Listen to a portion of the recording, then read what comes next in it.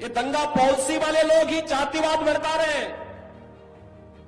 ये दंगा करवाने वाले और कर्फ्यू करान लगाने वाले लोग आज जातीयता का विस्मरण करने का प्रयास कर रहे हैं।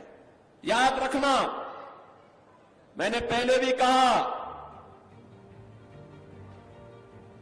हमारी सरकार ने दंगा मुक्त वातावरण दिया है, कर्फ्यू मुक्त उत्तर प्रदेश दिया है और दंगा और कर्फ्यू लगाने वालों की गर्मी को शांत करके आपको एक शांत वातावरण दिया है, बहुत शुद्ध वातावरण दिया है। उनको फिर से पनपने का अवसर मत दीजिए। ये जातिवाद की राजनीति, ये जातिवाद की राजनीति भाइयों बहनों, दंगा और कर्फ्यू को आमंत्रण करने की शुरुआत है। बेटी और व्यापारी की सुरक्षा के लिए खतरे की घंटी है, विकास का बैरियर है। यहां के विकास को बाधित करने की साजिश का हिस्सा है। हम इससे ऊपर उठ करके कार्य करें।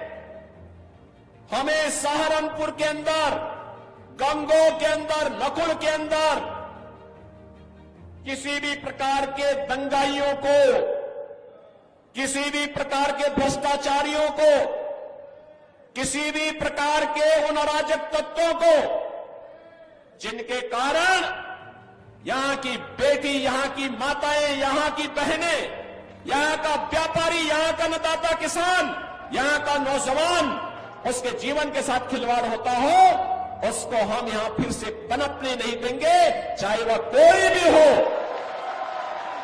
हमारा एक ही मिशन है, जो मोदी जी का मिशन है वही हमारा मिशन है। जो मोदी जी का विजन है, उसी राष्ट्रवाद के विजन के साथ, मिशन के साथ हम भी जुड़ करके नए भारत के निर्माण में हम भी कार्य करेंगे। और बहनों और भाइयों, हमें इस बात को ध्यान में रखना होगा, महाराणा प्रताप ने यही कहा था, महाराणा प्रताप ने यही कहा था। उन्होंने कहा था, मैं किसी भी धर्मी के सामने, किसी विदेशी आक्रांता के सामने मैं सिर नहीं झुका सकता। देश का स्वाभिमान होता है। महाराणा प्रताप ने अपनी लड़ाई देश के स्वाभिमान के लिए लड़ी थी, राष्ट्रीय स्वाभिमान के लिए लड़ी थी। उन्होंने कहा था कि हम किसी भी विधर्मी के सामने सिर नहीं झुका सकते। वह लड़ाई सत्ता की नहीं थी, राष्ट्रीय सम्मान की थी, राष्ट्रीय स्वाभिमान की थी। और आज की लड़ाई भी राष्ट्रीय सम्मान और राष्ट्रीय स्वाभिमान की लड़ाई है। और इसलिए बहनों भाइयों, एक तरफ भारत के सम्मान और स्वाभिमान की लड़ाई लड़ने वाली भारतीय जनता पार्टी है और दूसरी तरफ भारतीयता को, भारत के सम्मान को ठेस पहुंचाने वाली कांग्रेस और उनके नेतृत्व की इंडी गठबंधन में जुड़े हुए सपा और अन्य दल है। सरकारी नौकरियों में कोई भेदभाव नहीं, अब सरकारी नौकरियां निकलती हैं। हमारे सहारनपुर के नौजवान भी भारी संख्या में उसमें भर्ती होते हैं। पुलिस की भर्ती हो या शिक्षकों की भर्ती हो या कोई भी सरकारी भर्ती हो। नहीं तो पहले 2-3 जिलों के लोग ही भर्ती जाते थे, बाकी लोगों को ठेंगा दिखा दिया जाता था। हमने कहा नहीं चलेगा, 75 के 75 जनपदों की भर्ती होगी।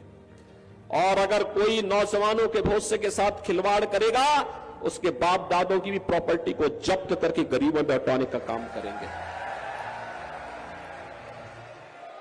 पहले माफिया सिर चढ़ करके बोलते थे।